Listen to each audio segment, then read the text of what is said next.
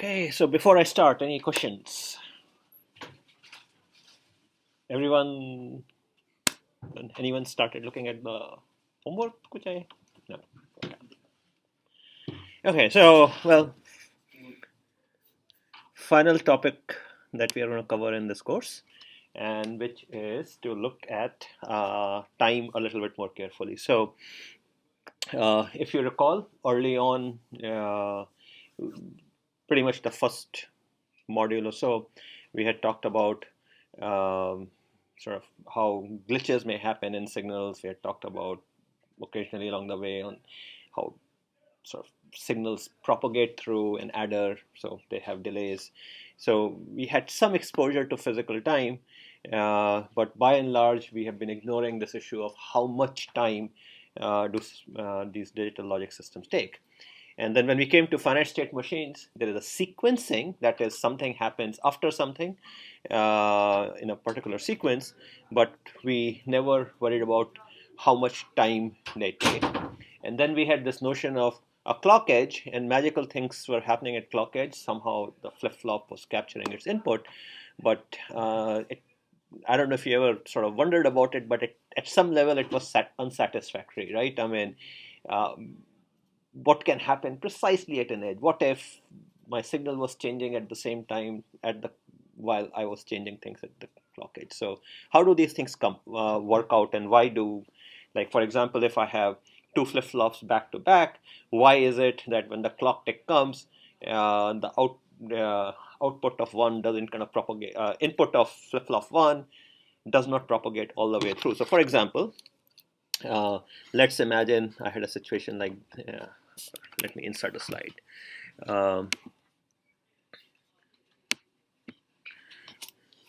So let's say I had a situation like this, that I have two D flip-flops, which I have, this is the output, this is the input of one, the second one. So the data is flowing in this direction, and I have clock, and they are tied to the same clock. Okay, and then let's say a clock tick happens. Let's say at some point in time, the data value here was 1, the data value here was 0, the data value here was 1, let's say. Okay, and a clock tick comes.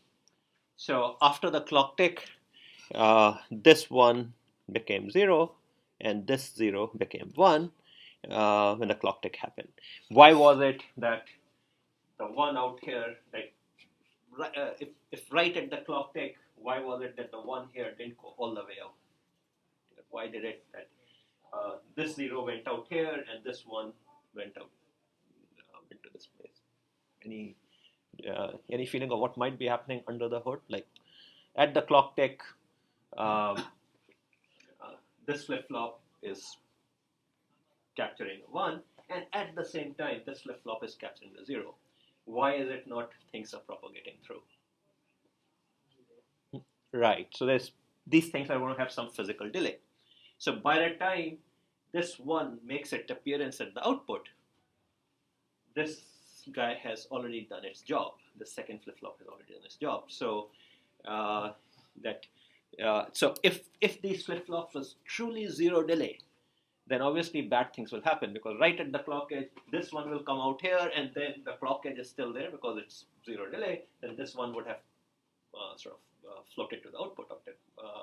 So you would sort of just race through all of these flip-flops, and that will defeat kind of the logic we are trying to achieve, right? So right now what happens is, in parallel, all the flip-flops grab their input, store them, and make them appear at the output. But by the time they are done, we are safe because the clock edge is over.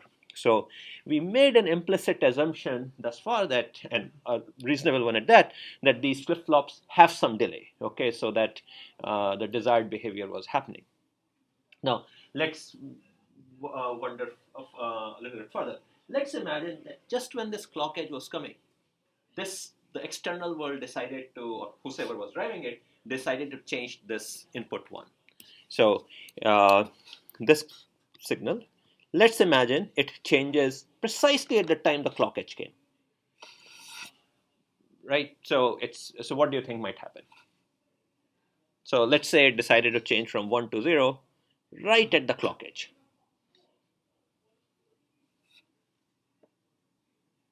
Any thoughts? Any ideas? Just whatever signal's still there. Well, so think in physical terms, right? 1 represents a voltage, let's say 3 volt. 0 represents a voltage, let's say 0 volt. So if at the clock edge this guy is changing from 1 to 0, that's another way of saying is that the physical signal here is changing from 3 volts down to 0 volts. And the edge can capture it anywhere in the middle. Okay, and some of those voltage values may not even correspond to a digital signal. Right? If you recall, very early on, we said we take the voltage and say something above a value is 1, something voltage is below a value or 0. In the middle was this no man's land.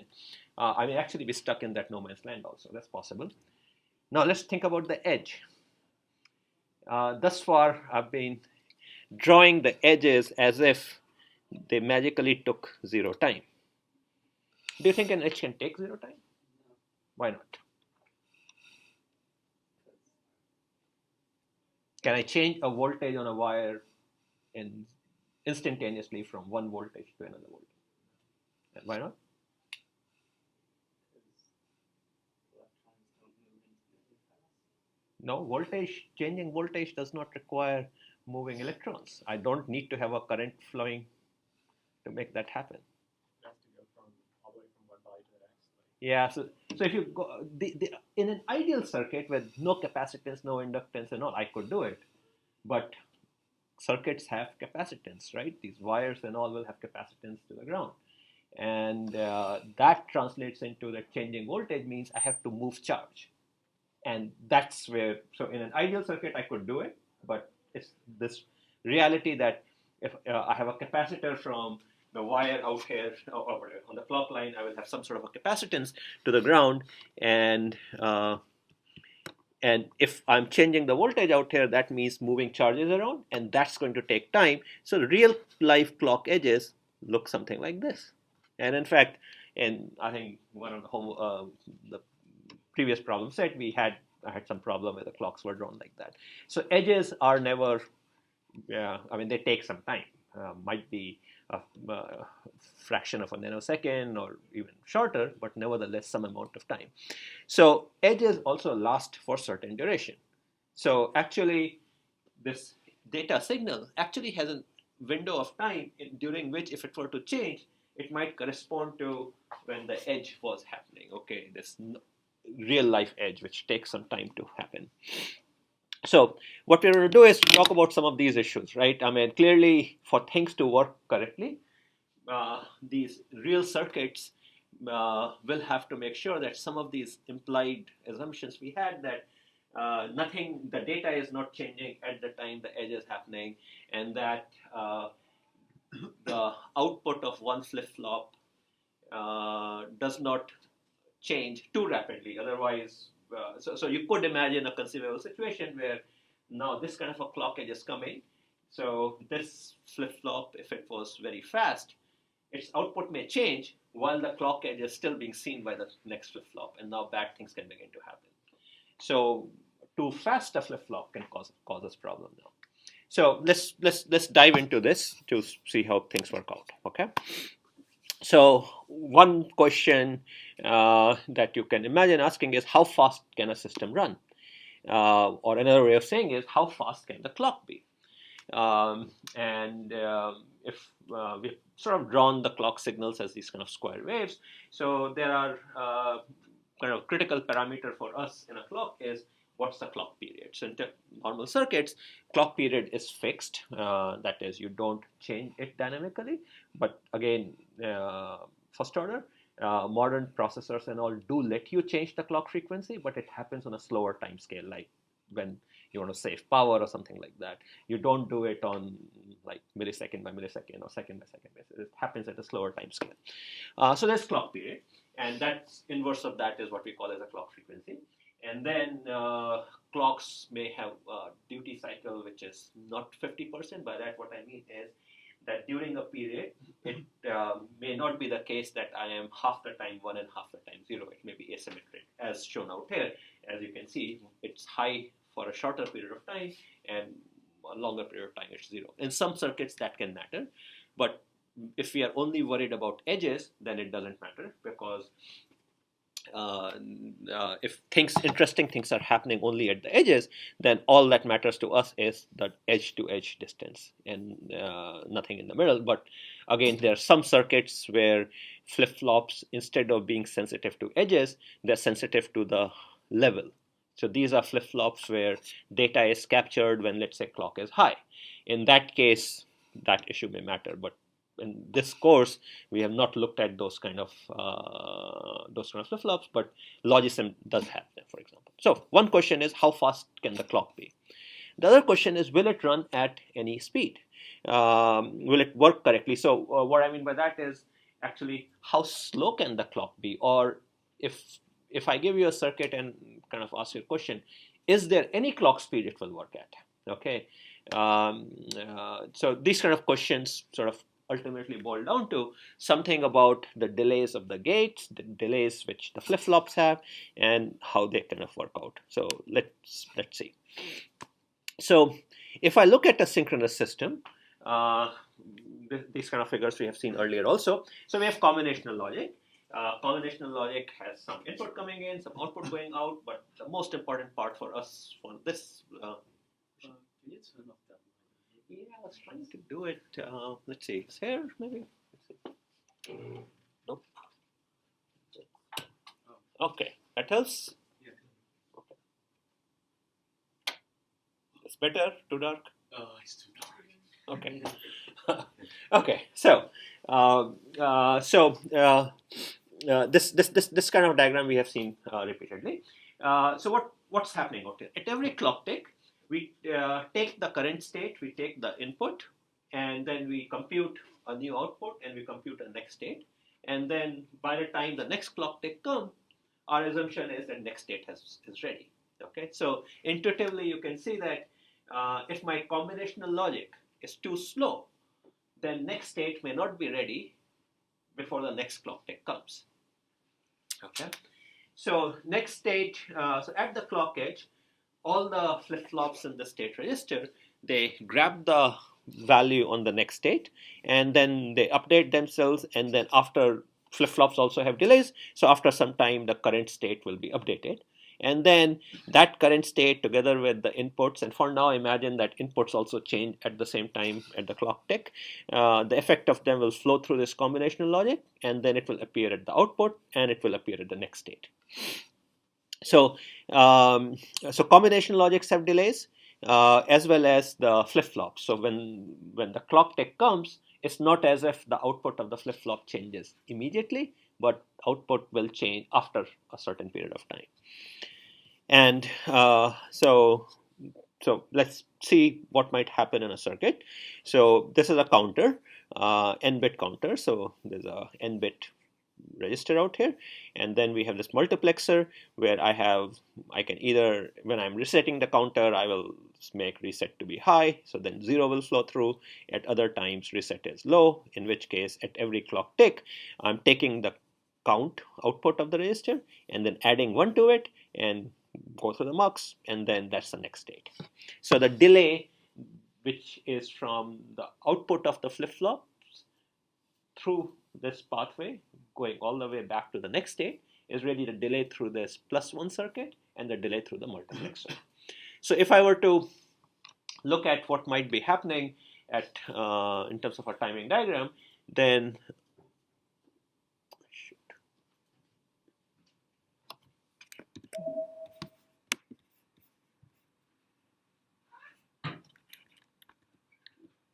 okay. So if you look in terms of this clock cycle, when the clock tick happened, so this very first clock tick out here, the consequence of that is that it causes this clock tick would have caused the count to change. So at the clock tick, after a teeny bit of delay, the count value will change to reflect whatever was previously the next. So if you look at out here, next was 1 and count was 0. The clock tick happened. As a result of that, count changed to 1 because next was 1. But it happened after a tiny bit of delay, so which is what I have shown at the bottom out here, which says delay in the D flip-flop. So after the clock tick, whatever is the delay of my D flip-flop, that time duration later, count will change. And then when the count changes, then the effect of that will percolate through this incrementer and multiplexer, and then after a while, next will change. So what you see is this count changing causes next to change, and next gets the value 2 because count had now changed to 1, and 1 incremented 1 will be 2. So this delay, the delay between count changing and next changing, corresponds to the delay in this logic out here, the delay through the incrementer and the delay through the multiplexer. So there are two delays in play out here. One is the delay in the flip-flop, which affects how much after the clock tick is count changing, and the other is delay through my combinational logic, which is saying how much after count change did next change.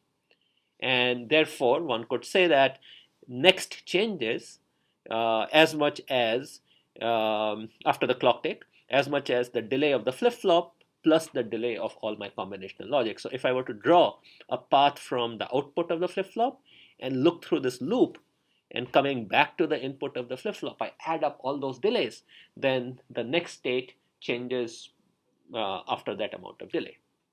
So sum of the delay of the flip-flop plus the delay through the combinational logic, that will tell me how much time it takes after the clock edge for next to become stable.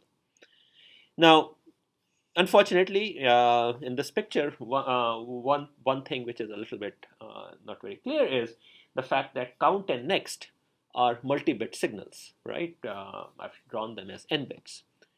So when I say count changes from 0 to 1 or next changes from 1 to 2, does that mean that all the bits are changing at the same time? Not necessarily. If I have a multi-bit signal, let's say I have a 32-bit signal, and it could be that, and if I'm changing from one value to next value, it may be that some bits change earlier, other bits change a little bit later.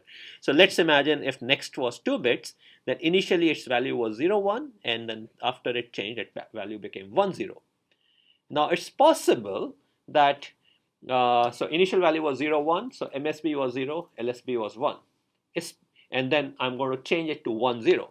It's possible that LSB may change earlier, so then for a tiny bit of time, 0, 1 will go to 0, 0, and then MSB changes, and now I will go to 1, 0. Okay, so in case of multi-bit signal, the change from original value to the new value may not happen instantaneously. It could be that as bits are changing, there is a period of time when actually have something garbled totally, which kind of this picture that I have shown kind of hides. Is that point clear to everyone? That multi-bit signals, I may go through these intermediate values which do not make any sense. So the real timing diagrams are going to have to show that. And let's see, I think I may have a timing diagram which shows some. Yeah. So in reality, the changes in next may actually have this little bit of time in which they are actually going through some sort of an invalid value, okay, which we just show by this kind of a shaded region. Count, on the other hand, will also have that, okay, because remember this is a D flip-flop, multiple bits of D flip-flop. So it's possible that not all my D flip-flops are exactly identical. They were made on silicon, maybe some of them have slightly different delays. So even count will presumably have the same behavior, that in going from, let's say, 1 to 2, there might be a teeny bit of time in which it may have some incorrect value, but flip-flops are much faster circuits, so it's probably going to be a very tiny amount of thing. But combinational logic can have long delays, and therefore this period of uncertainty can be pretty tremendous. So let's go back out here. What is happening is that if I look at this combinational circuit, it has this adder and it has this multiplexer. Well, if you recall when we had discussed adders, the one common way of making an adder was kind of this long chain of half adders or full adders. And so the carry was propagating from lower bits to higher bits. And so not all the output bits were changing simultaneously, because as the carry kind of moved up, the output bits would become stable. So point being that for different data values, my adder will have different delays. For some input values, or incrementer would have different delays. For some values, it will change very rapidly. Like for example, if I'm going from all zeros, with the 0, 0, 0, 0, and I'm adding 1 to it, only the LSB has to change. But let's say my current output was all ones, and I'm adding 1 to it, then the LSB will change to 0, the effect will move to the next bit, it will change to 0, and after a long while, the MSB will change to 0 because all ones plus 1 is back to all zeros. So for all my output bits to stabilize in a multi-bit signal, it could be that depending upon my input data value, I am seeing different delays. That's point number one. And point number two is that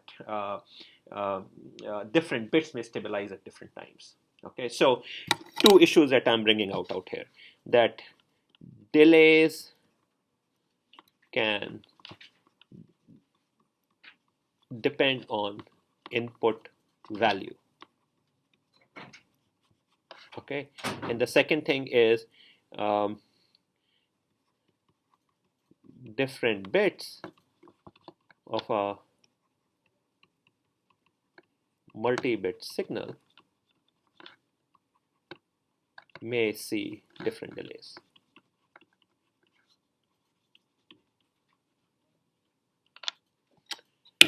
On the other hand, a circuit like a multiplexer is very likely that the second issue will not be there. That is, it's a circuit where all the bits are operating in parallel, so the different bits will likely have very similar delays. There are still tiny differences possible because not all gates get fabricated identically, but to the first order, you could say they will have different delays. Identical delays. Whereas on something like an adder, the delay from input to different outputs, output bits are going to be different. As to whether the delays can depend on the input value or not, that may still happen with the mux also. Maybe when the inputs are 1, for them to propagate out to the output is quicker than the other way around. So that's possible. So let's see if I'm trying to increment a number n by 1. So a typical implementation of this incrementer might be as this half adder. So I'm taking the input and I feed a 1 at the LSB and then kind of have this carry chain going through. So, and this half adder circuit you have seen before. So lower bits will stabilize before the higher bits. So as the effect of this carry kind of propagates through, it stands to reason that for many data values, it will take some time for upper bits to stabilize, but the lower bits will stabilize sooner. Worse, it may actually also happen that so not in an incrementer, but if let's say we were designing a full adder, adding two variables, then a bit may actually flip back and forth before stabilizing. So we may see glitches also. So if I look at under the hood for this next signal and really look at the two bits differently, we'll probably see the situation that the LSB, which is next 0, changes sooner than the MSB changes. So MSB changes a little bit later. So the delay from count to the from count changing to the LSB of next changing is likely going to be shorter than the delay from count changing to the MSB of next changing. And it is that effect that we capture by showing this uncertainty. So what this means is during this period, it obviously has some digital value. It's just that it has not settled to the correct multi-bit value that we kind of care about. Okay, so when in timing diagrams you see kind of this kind of thing, that basically means that values are changing. Okay, the different bits have not stabilized. Any question on this part? Okay. So let's now see how do we kind of mathematically treat with these, deal with these delays. So when we talk about delays, as you can see, we are worried about two different things. We don't want to be too slow, but we also, as kind of the early discussion, I said, if we are too fast, then things can also be bad. So this intuitive notion gets captured by two terms that are used. One is called propagation delay, and the other is called contamination delay. And so let's see what that refers to. So what we have out here is a combinational logic. Its input is A, it's some sort of a multi-bit signal. Its output is B, again possibly a multi-bit signal. And what we have shown out here is that A had some value. So if it is not shaded, that means it had some correct value. If it is shaded, it means A is changing, it has not stabilized, and then it has some. So A starts changing at T1, and then it restabilizes at T3. Now when A started changing at T1, its effect will be felt at B, and so after some time, at some time T2, B begins to change. And then, but A is still hasn't stabilized, so B will stabilize at some time T4, which will be after T3. Okay, so A began to change at T1, stabilize at T3. B, as a result of that, started changing at T2, and it stabilized at T4. Now, what this diagram is showing is that when A changed, the earliest effect of it on B is felt at T2. This time, T2 minus T1, which is the earliest time at which A was changing and the earliest time at which B can begin to change, that we label as TCAB, and we call it as the contamination delay. So it's kind of telling us, in the worst case, how soon can B change? The other delay is, after A has stabilized, how much time does it take, in the worst case, for B to stabilize? And this time, TDAB, is from T3 through T4. That's basically saying, in the worst case, what is the delay that we are sure that B has stabilized after A has stabilized. Okay, so contamination delay is TCAB and propagation delay is TDAB. Sometimes, and unfortunately, the book as well as I end up use another notation, TPAB, for propagation delay. Okay, it's the same thing.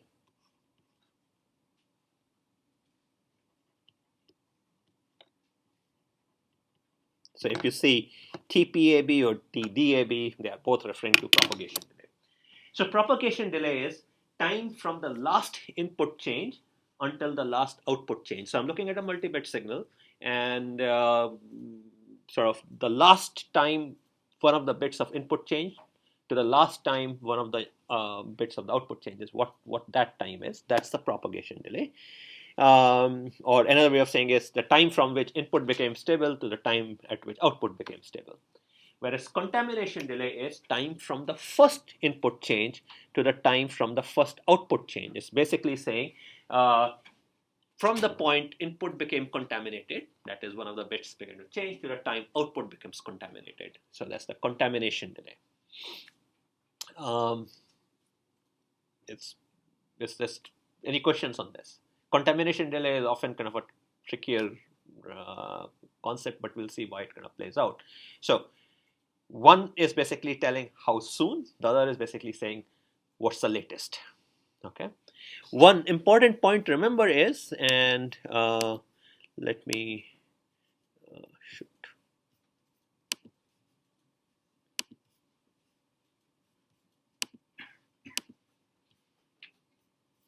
Okay. I thought I had a slide on that. One thing I want to mention is that contamination delay is not simply saying it's the minimum propagation delay. Okay. Minimum propagation delay would be that from the time at which input became stable to the best case that output may become stable. So again, real circuits have data dependent delays and all. So it could be that for some data patterns, output becomes stable sooner than in other data patterns. So if I look across, let's say I have an adder, it could be that the shortest propagation delay for it is 5 nanosecond, which may occur for some data values, and the longest propagation delay may be 8 nanosecond. Okay, but that is propagation delay. It's basically saying, kind of depending upon the data, what propagation delays might I see. Contamination delay is a different thing. It's basically saying that the output can begin to change for a given data pattern. Output can begin to change and then keep changing for a while before it stabilizes. So there is a window of time which corresponds to, in our diagram, T2 through T4, and contamination delay is up to T2, and propagation delay is up to T4. This diagram is super important for you to assimilate, okay, because it basically defines what's going on: contamination delay and propagation delay. So this brings us to this issue of how do we even measure these things? Okay, so I give you a circuit and I say, okay, you measure these delays. So as I talked about earlier, when the voltage changes, it doesn't change instantaneously, right? So when a signal changes, even on a single bit, it takes some leisurely time, few picoseconds or few nanoseconds to change, depending upon how much capacitance you have. So if I'm looking at an inverter, two inverters like this, back to back, then when A begins to change, then after B will begin to change after a time. So in reality, if I were to put an oscilloscope to monitor these voltages, what the waveform that you would see is, by the way, just curious, how many of you have used an oscilloscope before? Oh, fair number, good, okay. So if you look at the waveform, I mean, at sufficiently fine time scale, the signal will look something like this. A is changing and then gradually rises, and then later on it's gradually falling. And then as a consequence of that, Bn is changing in the reverse direction after some time and kind of rises up. And when we define the delays, we always measure it from the halfway point. Okay, so halfway voltage to halfway voltage. So this time from A going high to B falling, that is measure of this inverter's delay. We measure it from halfway point to halfway point. And likewise, in the other direction where A is falling, again we will have another delay through the inverter, which will be this one. Okay, so delays can be asymmetric.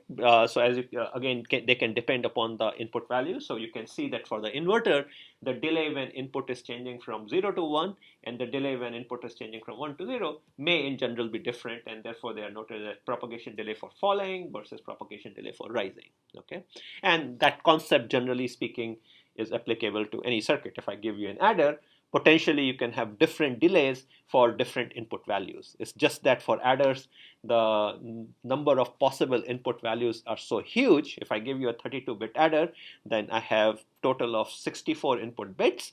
I have 2 to the power 64 possible input patterns, and each one of them can have a different delay. But there's no conceivable way I can list all of them. So for complicated circuits, we usually just focus on the worst case delay, worst case data pattern. But for something simple like an inverter, we do list rising versus falling. Both of them kind of ends up mattering. Just as an aside, how do you think the duration of an edge is measured? So edges are no longer zero time. They take some time to do. So anyone seen like how do you measure the rise time or fall time of an edge? Since you have used the scopes, that's why I'm just wondering. Anyone? No? Right? Probe both sides and like send a pulse and measure the time. No. That would be the delay.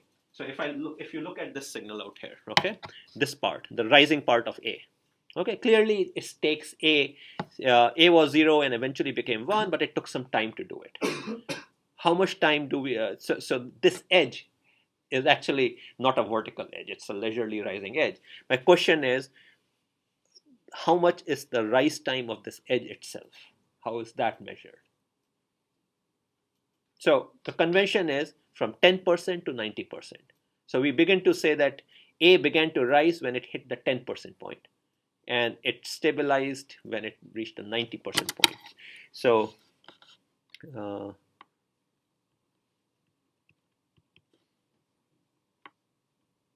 let's say these were the points, then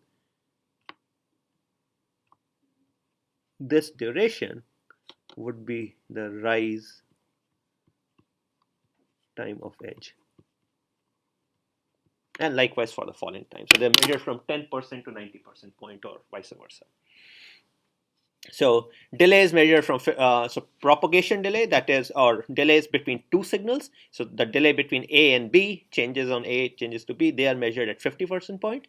And the rise and fall time of an edge itself is measured from 10% to 90% point. And these are, again, just conventions. Why 10 and 90? Why not 5 and 95? This convention sort of what the industry adopted. So let's look at now more complicated circuits. So let's say I have two circuits. So for a given circuit, now we have defined propagation delay and we have defined contamination delay. Okay, and we represent them as TC followed by the, so like TCAB means contamination delay between input A and output B, and TDAB means propagation delay between input A and output B. Now let's say I give you two circuits and I connect them in series. So first circuit, it has contamination delay and propagation delay between A and B, and likewise I will have the second circuit which will have contamination delay and propagation delay.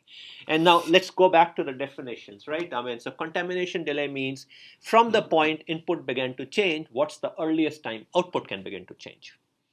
And if you think about it, if I have circuits in series, then contamination delay for the two circuits, that is from A to C, should be the sum of the two contamination delay, right? If I'm truly unlucky, if you may, then circuit A changes as soon as TCAB, and so B begins to change after TCAB, and after B began to change, then a further TCBC later, which is the contamination delay of the second circuit, C can begin to change. So contamination delays are going to add up.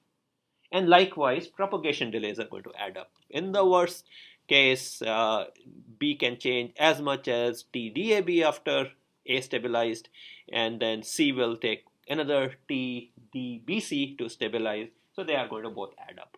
And the figure kind of shows also A began to change at this time out here. After a while, B begins to change. So this is as B can begin to change as early as this, and then C can begin to change as early as another TCBC later. So I add them up, and likewise we add them up out here. So in series, both the kind of delays add up. In parallel, what would happen? So if you think about, let's say I put two circuits in parallel. Okay, so I have two circuits, and let's say my input goes to both of them, and then my output is some bits are being produced by the top circuit, some bits are being produced by the bottom circuit. Okay, so if I have a 32-bit bus, let's say maybe the top bits are being handled by the upper circuit, bottom bits are being handled, lower 16 bits are handled by the bottom circuit.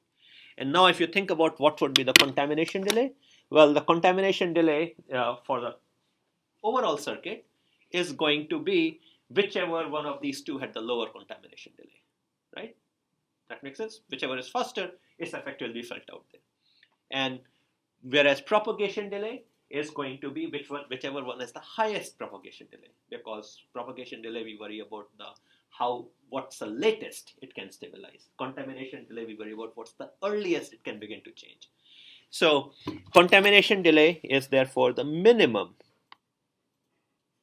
okay, whereas propagation delay is the maximum over all the paths that may exist. So what we do is, if I have a whole bunch of stuff in parallel, we kind of look at all the paths which are going and identify the one which has the minimum contamination delay and identify the one which has the maximum propagation delay, and that would be the one for the collective.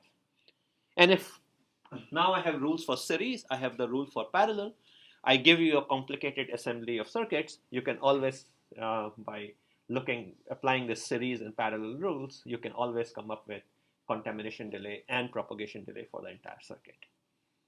Make sense? Okay, so we'll look at some examples. Let's say I have this circuit. Now, generally speaking, for primitive gates, things like AND gate, NAND gate, and all, contamination delay and propagation delay are considered to be the same. Okay, and that kind of makes sense because these circuits are so simple that they have only one pathway. Okay, so that is from input to output. There is just one thing to go for the signals to go through. So their contamination delay and propagation delay are kind of the same. So that tends to be an implied assumption. So in a notation which is often used is that you will see the delay of the gate listed inside the gate. So what this is saying is the AND gate has a delay of 1, NOR gate here has a delay of 3, and OR gate here has a delay of 1. And these delays refer to both the contamination delay and the propagation delay. So for single gates, the two delays tend to be the same. So if I look at this one, so now what's happening out here? I have two gates in parallel, and then they are in turn in series. So what I need to do is to kind of find out what is the contamination delay, what's the propagation delay. You can begin to enumerate all the paths. So if I look at, so I have three inputs, A, B, and C, and I have one output, F. If I look at A can affect F through two different pathways. I can go through ADF, or I can go via AEF. And likewise, B only affects F through one path. B can go through BDF, and then C can go through CEF. So I have, from input to output, I have four paths out there. Okay, ADF, AEF, BDF, and BEF. And for each one of them, I can calculate the contamination delay, and I can calculate the propagation delay.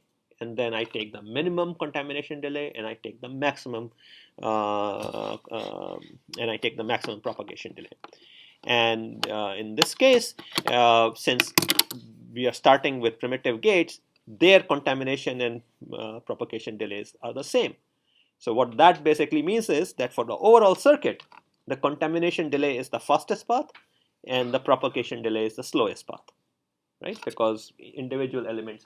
So if we look at out here, if I look at ADF path, then its contamination delay is 2, 1 plus 1, and its propagation delay is also 2. If I look at the path AEF, its contamination delay is 3 plus 1, 4, and its propagation delay is 3 plus 1, 4. And I can do the same enumeration for the others. So in this circuit, the slowest path is 3 plus 1, fastest path is 1 plus 1. So contamination delay for the overall circuit is 2, and propagation delay for the overall circuit is 4. Okay. Now, if it was to be the case, let's say hypothetically, this guy had a contamination delay Tc of 1, but it had a propagation delay Td of 2. Let's say for the sake of argument. Then what would happen? Well, now, or actually, let's mess with it more. Let's say its propagation delay was 4. So imagine this. In that case, what will happen now is that for the path ADF, contamination delay would be 1 plus 1, 2, but propagation delay would be 4 plus 1, 5. And therefore, for the overall circuit, the propagation delay would have been 5. Because as I go from ADF, I have two things in series, so I'm going to be adding them up. Okay. So, the approach out basically is list through all possible ways you can go from input to output and input to one of the outputs, and then look for the fastest path and look for the slowest path, and or in case of minimum contamination and the maximum propagation delay. Questions on this? Or is that clear to everyone? Or everyone is hungry and sleepy or whatever? Okay.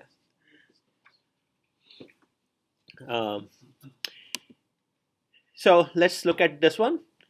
I'm simple circuits, simple gates out here. Their delays are given 10, 20, 10, 20, 10, 25. So what is the contamination delay? Anyone?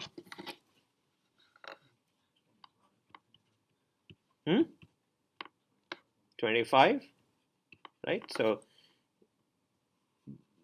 this path is the contamination one.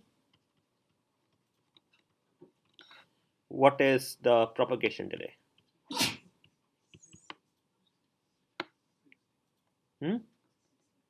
65. 10, 20, 20, so 40 plus 25, 65. Okay. So this was kind of a simpler example. Let's see. Okay. let's look at a full adder. Okay, so it's a more complicated circuit. So I have 1, 2, 3, 4 gates out here. There's Q1. This circuit Q2 is kind of a complicated looking gate. Okay, this is often called as OR of AND, so it's called OAI2I. Okay, OAI21. So it's saying OR AND invert. 2 inputs to the AND 1 input to the OR. Okay, or so that's the notation. And then I had the other gate, which is a NAND2. Okay, so I have gate Q1 and Q4. Q1 and Q3, which are of type NAND2, and gates Q2, Q5, and Q4, which are these OAI21 gates. Okay, and I've given to you that NAND2 has a delay of 80 picosecond, and OAI21 has a delay of 120 picosecond. And since these are primitive gates, their contamination and propagation delay are the same. Okay, and what I want to find, so in the circuit I have A, B, and C in as the 3 inputs. It's a full adder, and I have S and C out as the 2 outputs, so sum and carry out. And then these 2 intermediate nodes I have labeled as G prime and P prime.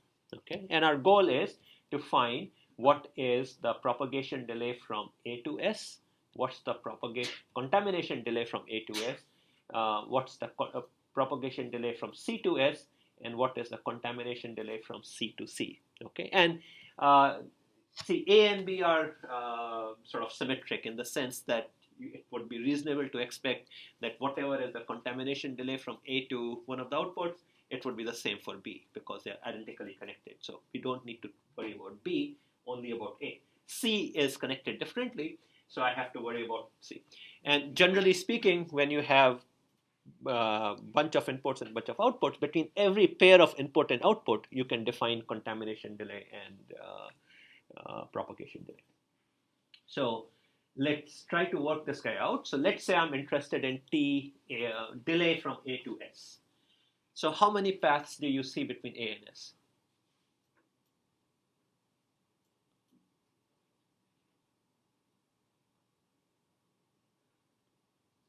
Two, right? One is A going through Q1 and through Q2 and down to S, and the other is A, which is going through Q2 and then through Q3 and Q4, right? So, so I have 2 paths. This is one, and this is the second one. Okay, they overlap in the well, they overlap in some gates, but they also, so the yellow path, for example, is going through Q1 and Q3 as an extra delay that the green path does not go through. So let's, and likewise for every pair we can analyze. So one of the ways we can do it is following. Between every input and every other node, non-input node, we can find what was the minimum delay, and likewise we can find what is the maximum delay. So what A and B we treat together because they're essentially identical. So the columns correspond to my inputs. So A, B are one equivalent set, and I have C in. And then we are going to calculate the minimum delay between from these nodes to G prime, then to P prime, C out, U3, which is this node out here, and then finally to S. So let's look at G prime. G prime can be affected by A and B, but cannot be affected by C in. So from A and B, it can be affected only through Q1. So the minimum delay is going to be 80, which is the delay of Q1. And then C in is not applicable because G prime is not affected by C in. Then we move to P prime. So P prime can be affected by A, P prime can still not be affected by C in, so we still have a dash out here. But from A and B, P prime can be affected 2 ways. I can go from Q1, Q2, or I can go directly through Q2. But since we are worried about the minimum delay, so the path which matters out here is the green path. And therefore you see 120 out here, which is the delay of Q2, which comes from here. Then let's move to C out.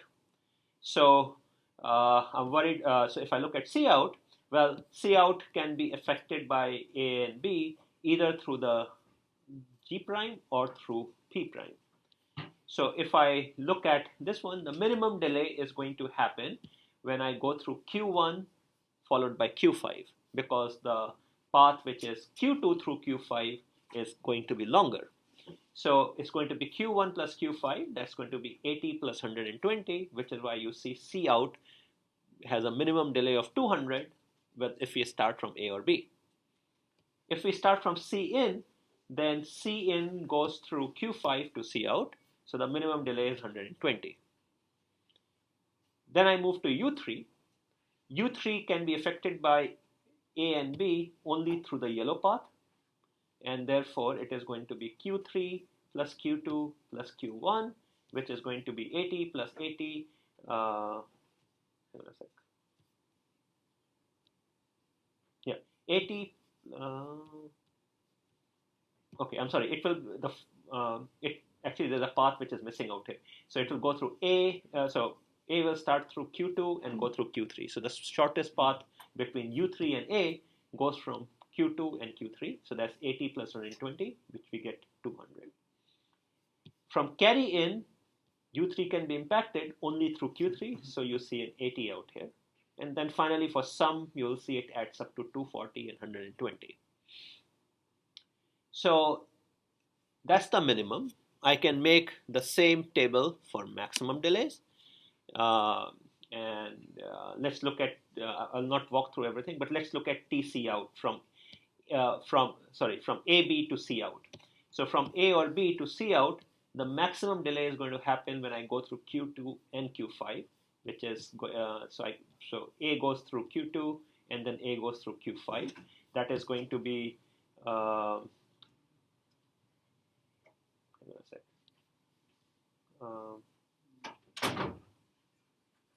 I mess up?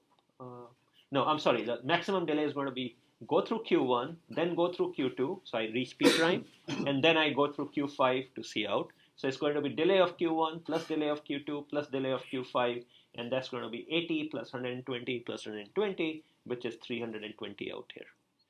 Or let's look at another one. Let's say we look at from carry in to S. So from C in to S, what is the maximum delay? Well, from C in, the maximum delay will happen when the effect goes through Q3 and Q4, which is 80 plus 120, so that's 200 out here. So for every pair of nodes, you have to find the worst case path to fill up the maximum table, and you have to find the best case path to fill the minimum table. Now looking at this, so we first make these tables. Now looking at these, can you tell me what is the propagation delay from A to S?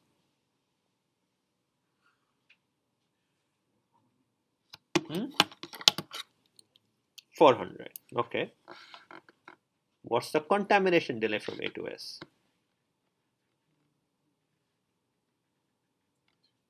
240. What's the propagation delay from C to S, carry in to S? So carry in S 200. Contamination delay from carry to carry. So I'll go back out here. C in to C out, 120 is going to be 120. And you can kind of fill it out for other combinations also. So looking at this, you can see that actually if I were to consider between every possible input and output, then the adder output can begin to change as soon as 80 time units. The adder output can begin to change as soon as 120 time units, and in the worst case, the adder output stabilizes at 400 time unit. Okay, so there is a big spread that we are seeing on the output side. It can begin to change depending upon the data values and stuff like that. We have an uncertainty out there where after A and B changed, S can change as soon as 240 and as late as 400. In middle, for any given scenario, it will have some value. S is a single bit signal. It will have some value. The only thing is, if I look across all possible values that A and B can change, can take at different times, I don't know which of those delays we are going to see. For different possibilities of A and B and carry in, some different delays might be observed. So even while adder is complicated, but in the grand scheme of things, is still a single full adder. And what we are seeing is that just the single full adder can have a big spread of delays that we are seeing between contamination and propagation delays. Now, of course, in reality, we are going to have multi-bit adders, so many of these are going to be added up, and so all these, this effect is going to get magnified. By the time we hit the most significant bit, the spread in the delays are going to be even more. The contamination delay, propagation delay minus contamination delay. So, yeah, ignore that part. Okay, so let's say I have this kind of a multi-bit adder, and let's imagine hypothetically that the delay of full adder is 1. Okay, we just realized that even a single full adder has a contamination delay and propagation delay which are different. But let's say, for the sake of just this slide, that contamination delay and propagation delay of full adder is the same, and it is 1 time unit. So for this, what do you think would be the delay, propagation delay from input A to S?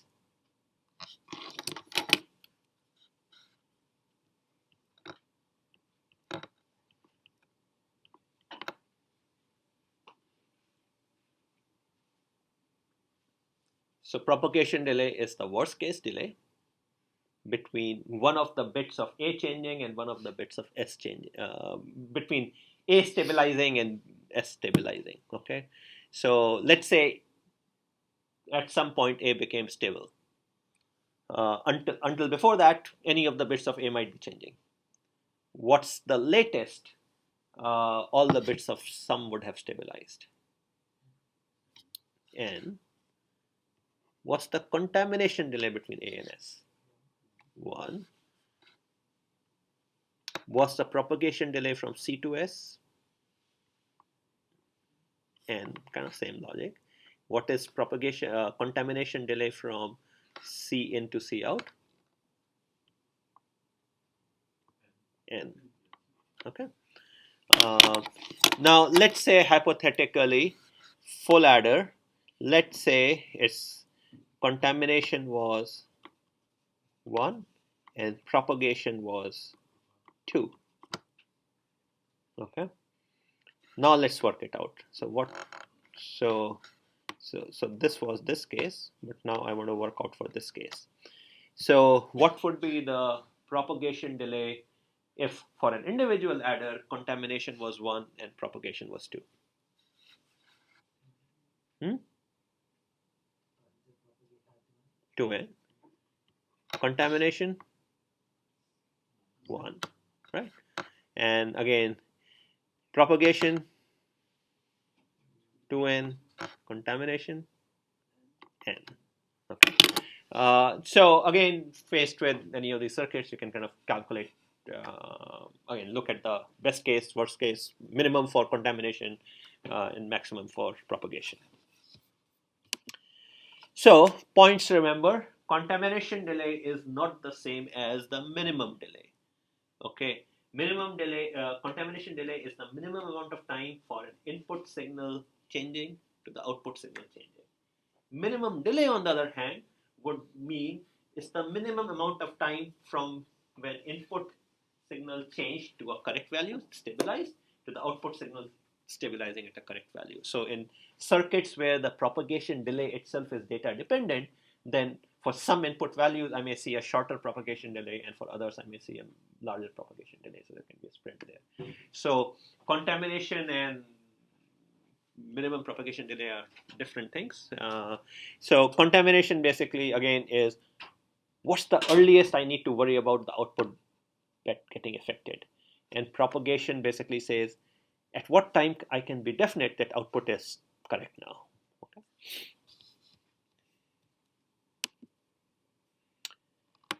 So going back to again kind of our generic model of a synchronous sequential system.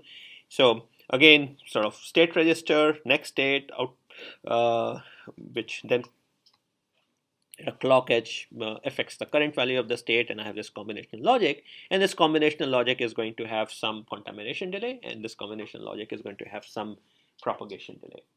And when we kind of see the effect of these things playing out,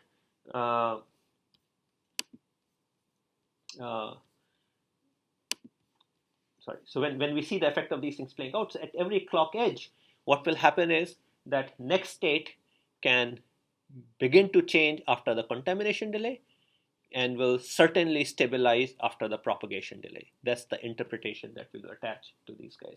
So in this timing diagram, the next state would have a period of uncertainty. From the point as the state changed. So let's imagine again D flip-flops have a constant delay. Propagation delay and contamination delay are the same. So all the bits of state will stabilize immediately. There's no contamination versus propagation to worry about. But next state will go through a portion of time during which it is uncertain. Okay, so looking at this, let's say I were to tell you that TCL has, combination logic has TC and TD as the contamination and propagation delay. How fast do you think I can run the clock?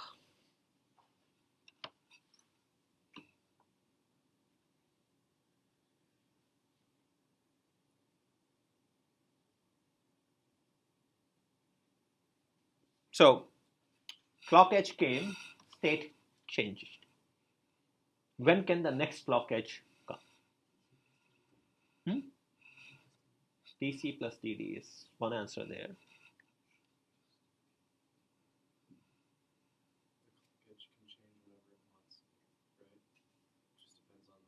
Okay, clock edge can change whenever it wants, but that's not what I'm asking for. For a, what choice of clock edge can you pick? TD, right? Because if I make it less than TD, then it may happen that for some data value, it's possible that the clock edge may come when next state has still not stabilized, right? So worst case, next state will stabilize TD after the clock edge. So let's say I look at ith clock edge, and at the ith clock edge, state changed, okay, and then TD after that, I'm certain next state has stabilized, and then I can give the next clock edge. Okay, so propagation delay limits how fast the clock can be, right? Because it's affecting the clock period. What's the point of contamination delay? We'll see. Have patience. It's actually very important, and in fact, it's a nastier problem than this one. Okay. So intuitively, hopefully, kind of this thing kind of begins to indicate that at least propagation delay matters. That is, propagation delay affects how fast my clock can be. Okay. So if I run the circuit and it's failing, then maybe slow the clock down, because what may be happening is that combinational logic has too large propagation delays, larger than the period of the clock. Okay, and so that's kind of the intuition behind these things. Now, to begin to kind of answer why does contamination delay matters and all. So let's look at how a flip-flop works. Okay, so thus far I presented this magical sort of thing which at the edge takes a snapshot of its input and stores it and also presents it in the output. But what might really be happening? Okay, so imagine imagine the flip-flop as an observer. Okay, it's observing D, and then when the clock edge comes, it whatever was its observation, it stores it and puts it in the output. So put yourself in the shoes of a flip-flop, so to say. Question? So when you say it puts it at the edge of the output, so is it the same clock edge, it puts it immediately at the output, or is it takes? We'll see. Okay.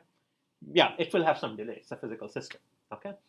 But think from this perspective. Let's say you are the flip-flop observing a phenomenon, and I tell you that whenever I sort of ring a bell, you make a note of the phenomenon. Okay, and that's what your output. Now, if the phenomenon is changing right at the time when I rang the bell, you'll be confused, right? You don't know whether to take the old value or take the new value.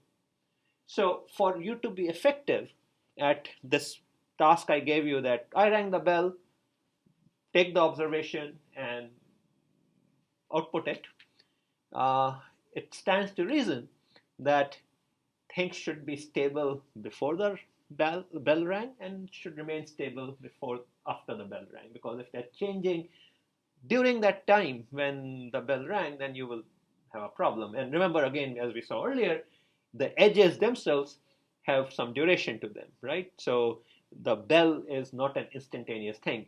Bell itself has a bit of a duration.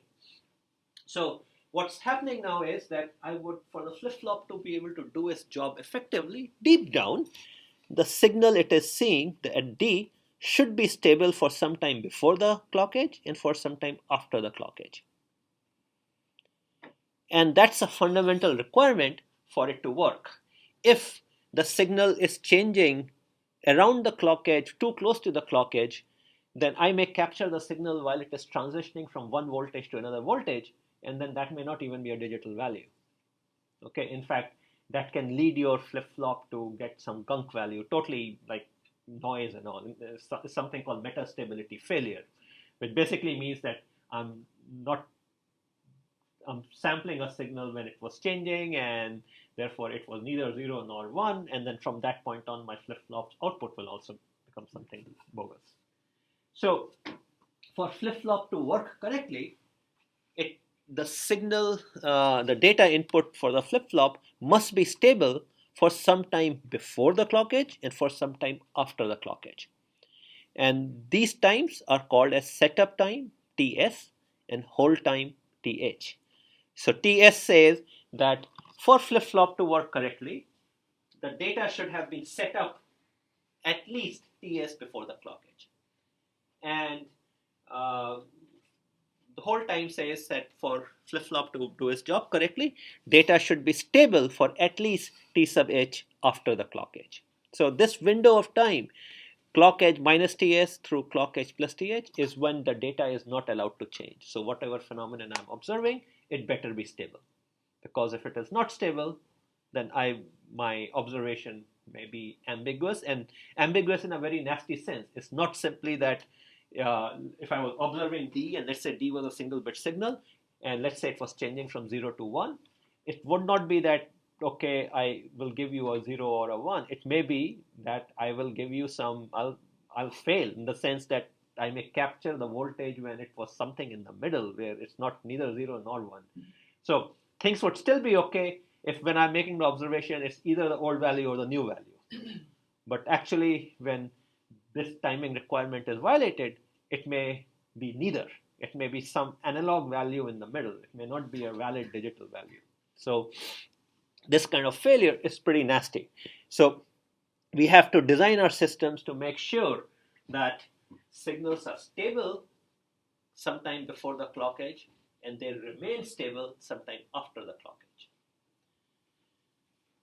If it were presented with a stable, like the meta-stable state, so say you had it self-feeds back, so you violate it once, and then afterwards you stop violating it, would it continue to be in the half state? Okay, so it depends. So when flip-flops go into metastability, they can take a long time to come out of metastability. Okay, and usually for flip-flops, if you look at data sheets and all, they will tell you what is the how do they present it? Since it's a statistical distribution, so they will give you the expected time to recovery. Okay, but the distribution is an exponential distribution, so in theory, it's possible that it can take with some tiny amount of probability an arbitrarily large amount of time. Okay, essentially, if flip-flops go into metastability, then your system is likely going to crash. Okay, so violating this timing constraint has bad consequences. And in fact, if you were to put your oscilloscope probe at the output of a flip-flop which has gone into metastability, you'll basically see noise. It's not that you will see a signal for 0 or 1, you're going to see noise. Okay, it has fallen into this analog domain. And the reason it happens is the following. So let's look at remember this, we had seen the SR latch. It had a NAND back-to-back NAND gate structure, if you recall. Okay, so these flip-flops deep down have combinational circuits which are in a loop of some form. Let's look at a very simple analog circuit. Let's say I give you this circuit, okay? And in fact, we had seen this thing which had come up in one of the earlier lectures also. And with an odd number. So here we have even numbers out here, okay? Now, it's perfectly, remember, if I were to look at any given inverter in terms of voltage, it's going to look something like the following. When input is very low, output is very high. And when input is very high, output is very low, and in the middle it will look something like this. Agreed? That for any given inverter, this is what the behavior of the inverter looks like in terms of output voltage and input voltage. Input low, voltage high, input high, voltage for the output is low. Let's say this middle point is, for the sake of argument, let's say this is 1 volt, this is 0 volt, let's say this middle point is 0.5.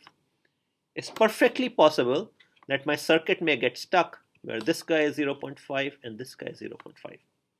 And it just remains there for an arbitrary amount of time. And it's called metastability because it's almost like, if some tiny bit of noise were to bump it in one direction, then I'll immediately recover. But I can spend a lot of time there. Statistically, I can spend a very large amount of time there. So this is a detour. I don't expect you to understand whatever this part. It goes into essentially analog behavior of these circuits, which you may, if you pursue circuits, you may see in some courses. But point is, metastability failure means flip-flops output, they go into this analog behavior and they can remain stuck there for a long time. Okay.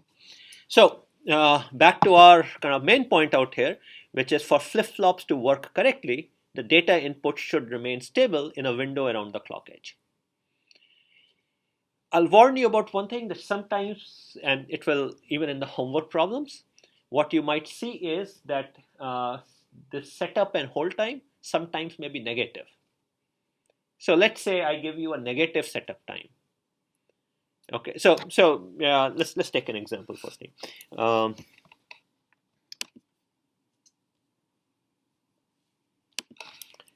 Let's say I gave you that Ts is 2 nanoseconds and T sub h is 2 nanoseconds. So what that means is that if this is my clock, then in this window of 2 and 2, this is the stability region.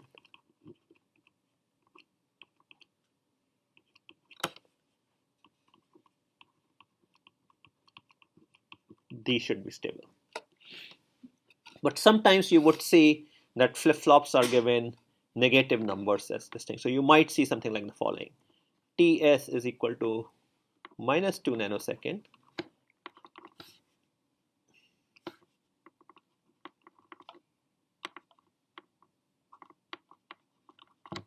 Both will never be negative, but it's possible that one is negative, the other is positive. So you might see something like this. So now what this is saying is that if this is my clock edge, it's basically saying, so Ts is negative, which means I'm in the other direction. So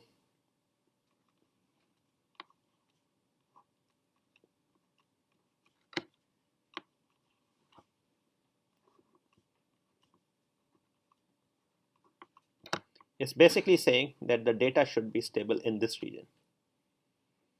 Okay, so it's basically saying that data should be stable in a window which starts at 2 nanosecond after the clock edge up through 5 nanosecond after the clock edge. And likewise, the hold time can be negative, in which case the window may be entirely on the other side.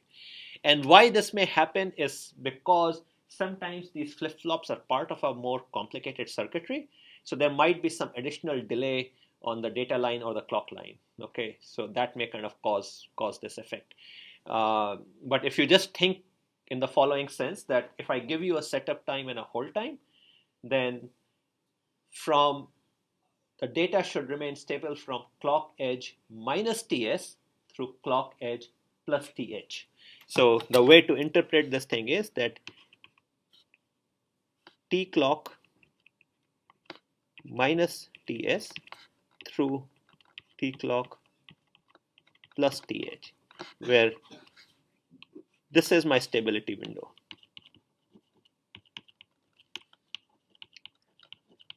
Okay, and T clock is when the edge comes. Okay, so whenever the edge comes, let's call that time instant T clock. It's basically saying that from that minus TS through that plus TH, the thing should be stable. So if TS is negative, then it falls on the other side. Okay. I know we generally regard the clock to be instantaneous, but in reality, would you be drawing like the start at like the middle of the transition, or Yeah. So you will basically say from the middle point. So we earlier on I had given a slide. I said delays we measure from 50% point to 50% point. So that's what we follow. Okay. So going back out here. So that was a stability requirement. But this thing also shows that flip-flops also have contamination delay and propagation delay. So what you see out here is, so now let's say my data met the stability requirement. It's stable in that window. Clock edge came. The output Q can change as early as TCCQ and will certainly become stable by TDCQ. Okay, so this is our good old definition of contamination delay and propagation delay, but now for the flip-flops.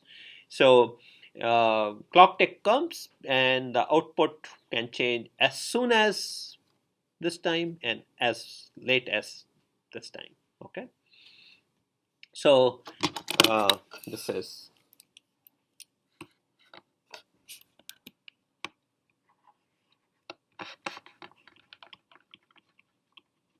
contam delay and this is propagation delay. So flip-flops have both these delays. Also, usually for flip-flops, these things are going to be pretty close to zero. Okay, the flip-flops tend to be very fast. Now, of course, they're physical systems. Again, there's going to be some value to them, but contamination delay almost always would be very, very small. Propagation delay can be large. One other thing to watch out for is that propagation delay is also affected by what you are driving. What I mean by that, what is the circuit driving? As in, what is the follow-on circuit? What is connected to the output of the flip-flop or output of a circuit? Why do you think that might be the case?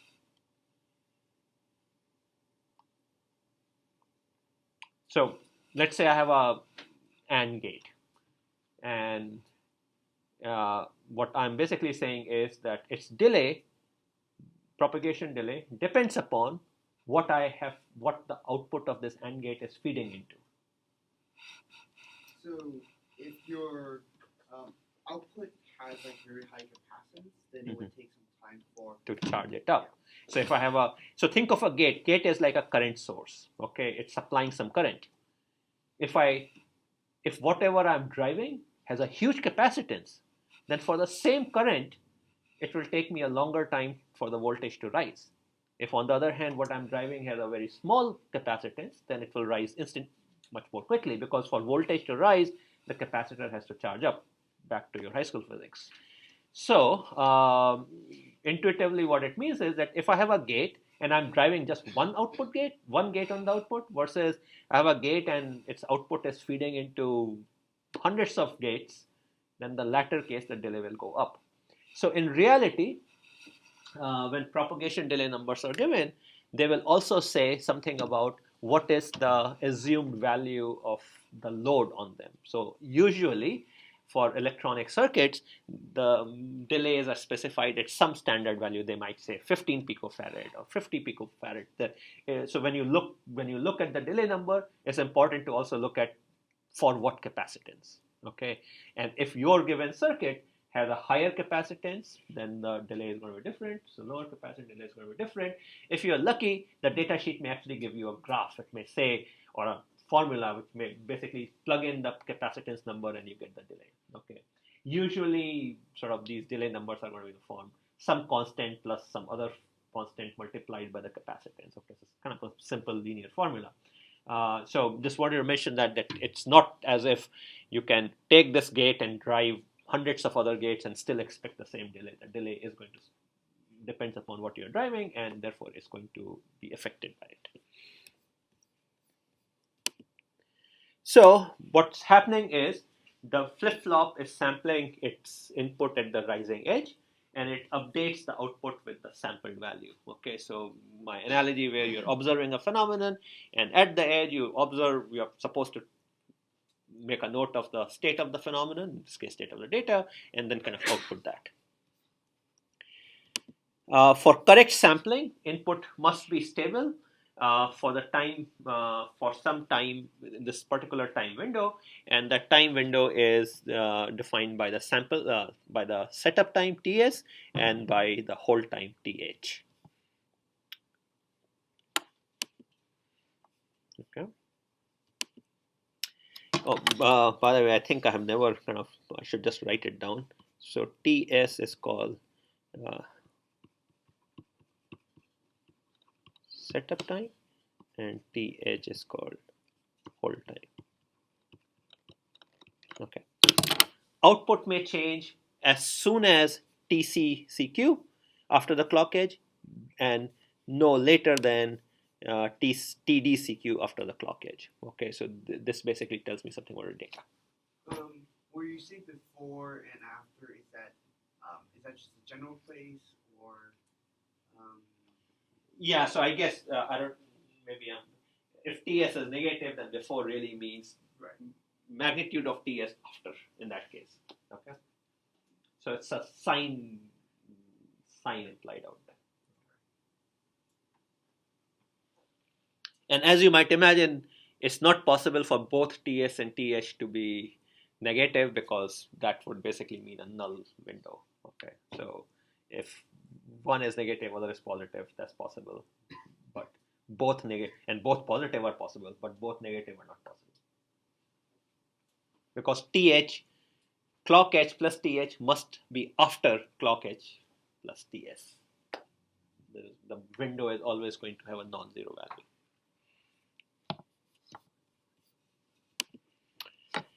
So now let's see how all of this plays out for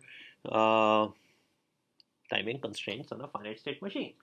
So let's imagine that I have a finite state machine which has a structure like this. It has two D flip-flops as part of its state, and its combinational logic, let's say, is composed of two units. I'm labeling one of them as min, the other as max. So what's happening is that the upper state register, its output A, is going through this max circuit. By the way, max and min here are nothing to do with arithmetic maximum and minimum operation. They're just labels for these two circuits. Okay, the implication is this circuit has a larger delay, the highest delay. This is the highest delay path. Okay, and this is the fastest delay path. Okay, so this is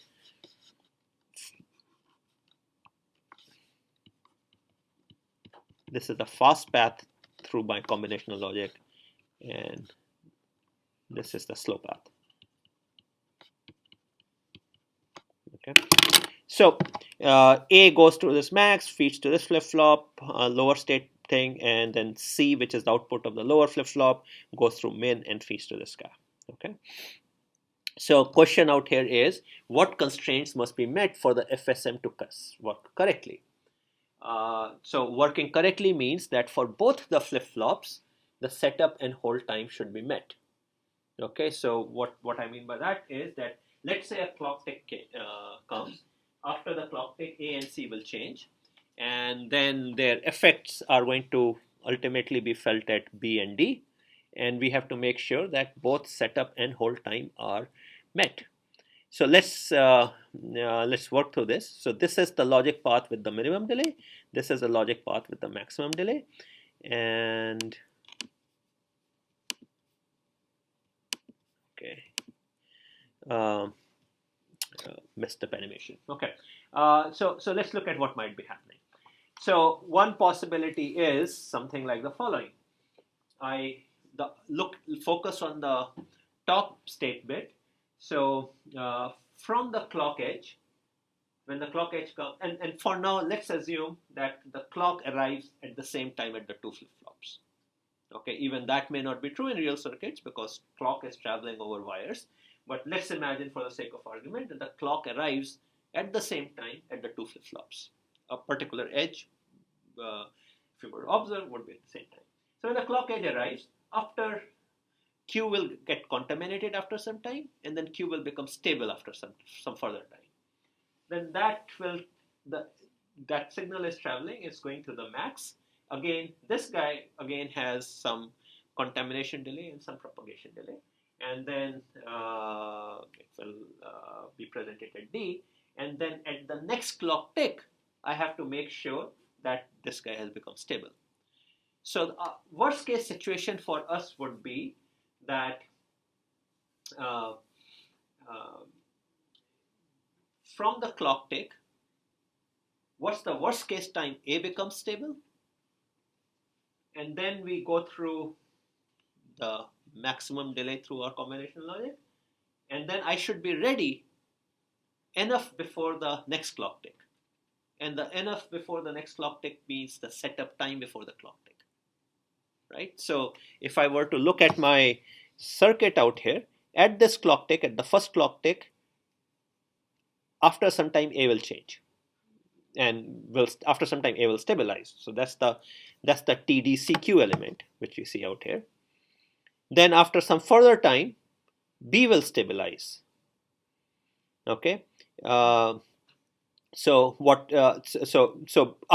some time B will begin to change, and then B will stabilize. So B becomes stable at this point. From the point A became stable to the point B became stable, that is TDAB. And then I have to make sure that B becomes stable at least T sub S before the next clock tick. And the next clock tick came, if my clock period is TCY, then from this duration is TCY.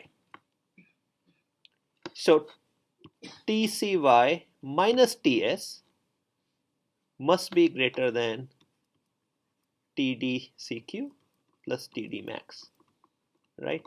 Because the time I have for B to become stable is the clock period minus the setup time. And during that time, I have to face two delays.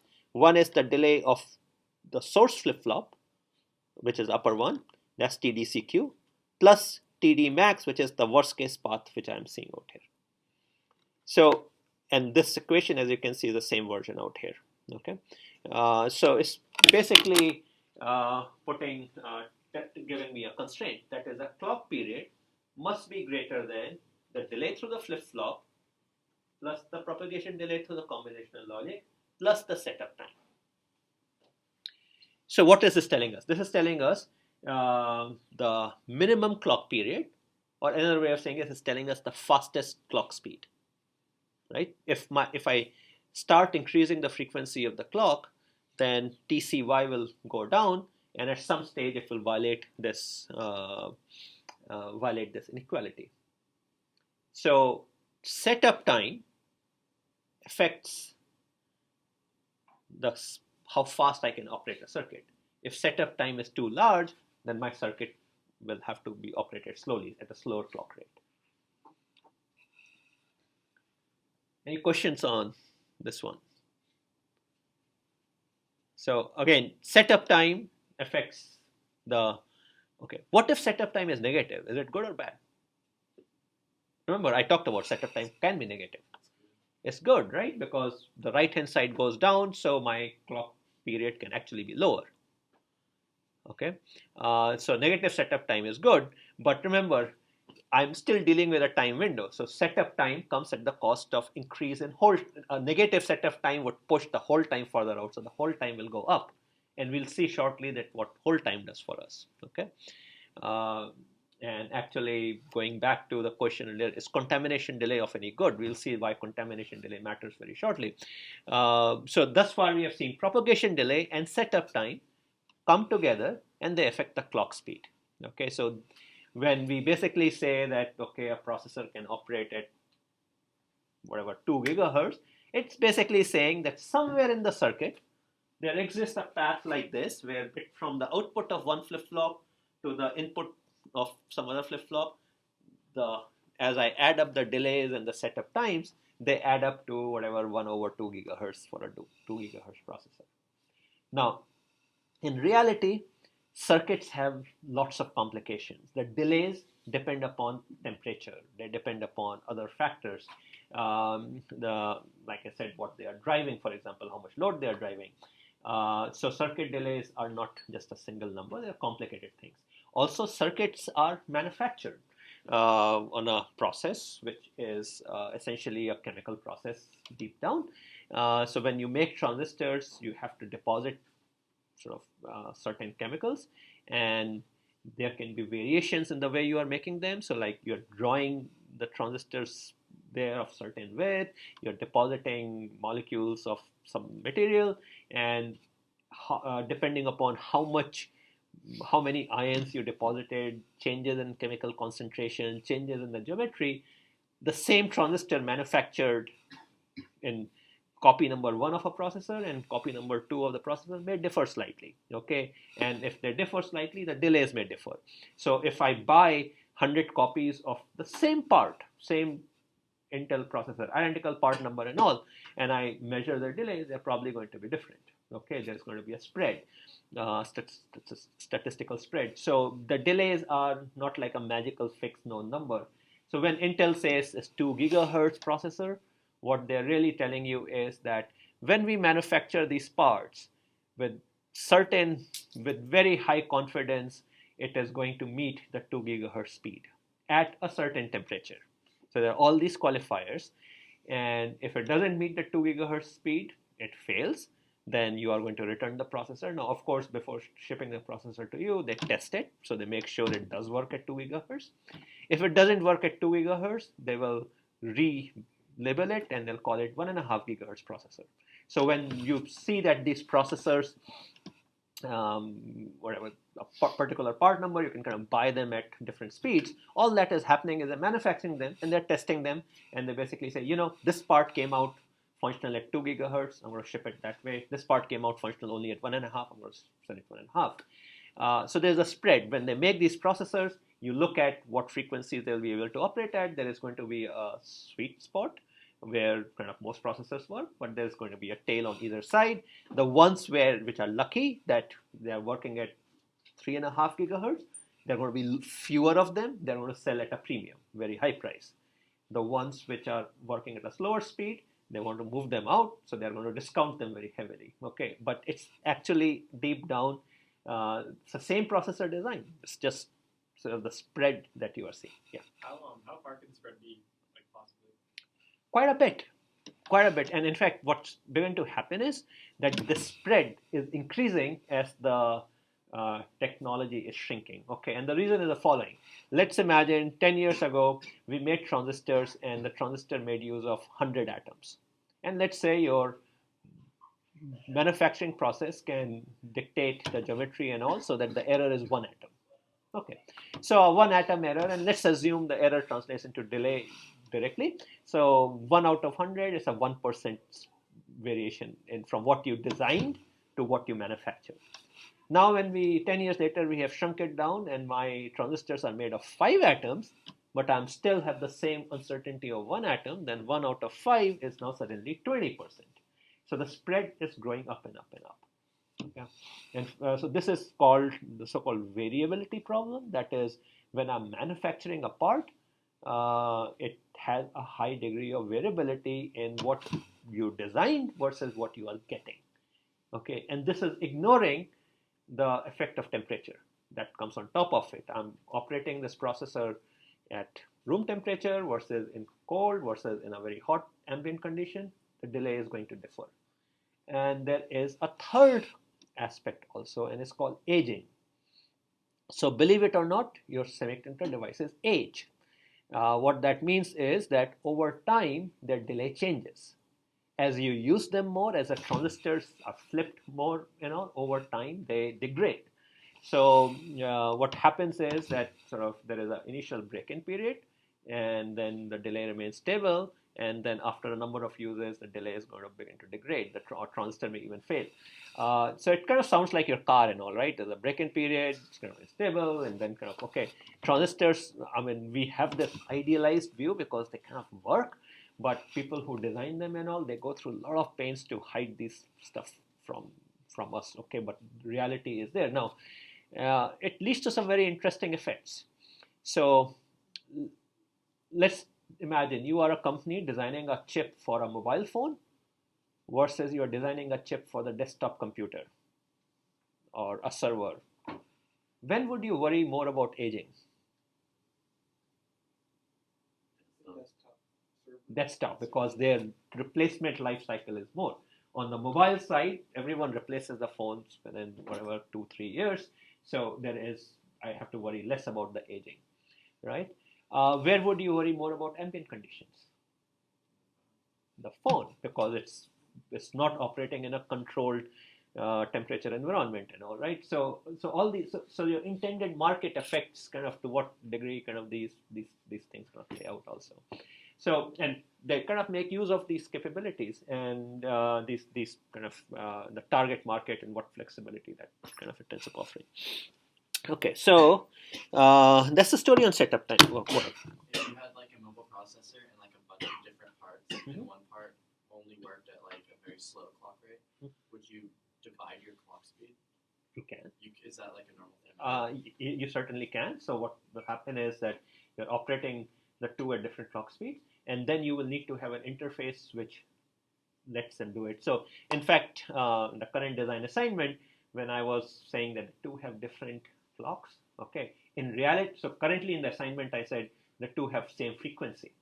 In reality, there is no such thing as two independent systems having the same frequency, because the clocks themselves, when you buy crystals of, let's say, 100 megahertz, they are not going to be precisely 100 megahertz. One of them may be 100.1, the other might be 99.9.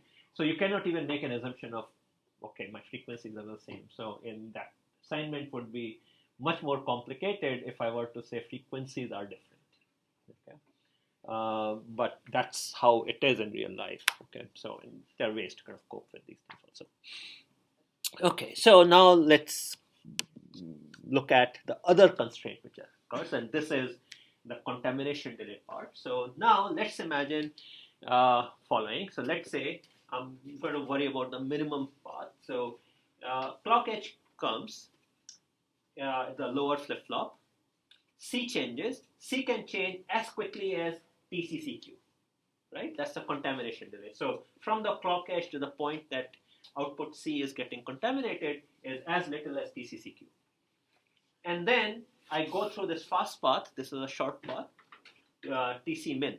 Okay, so this module had the shortest contamination delay, so we kind of go through that. And then I arrive at this D. I have to make sure that I don't arrive too early.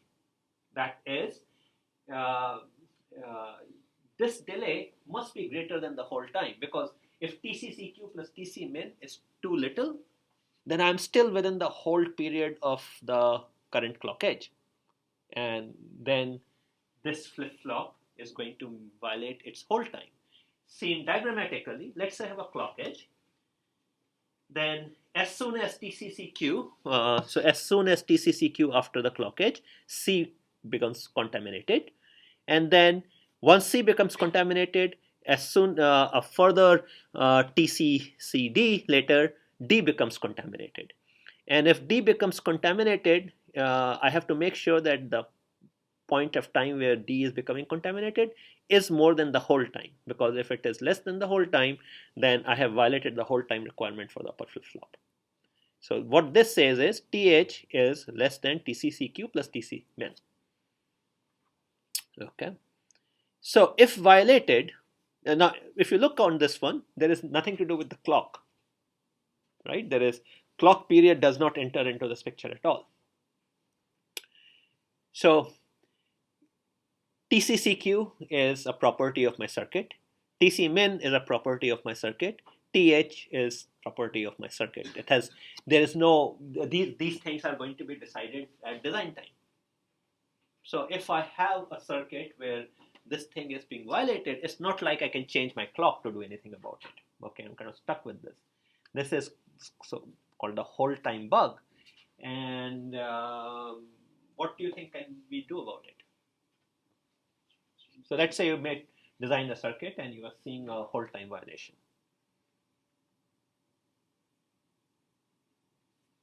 Change the D flip-flop. Change the D flip-flop. Okay, but let's say you don't have that choice because you're not going to design a new D flip-flop. Incidentally, what would you change about the D flip-flop? Shorter hold time, right? Yeah. So if you could, great. But let's say that's not a possibility. So what would you do now? Increase contamination. How can you do that? Yeah, you are on the right track. So think further. How would you increase the contamination delay?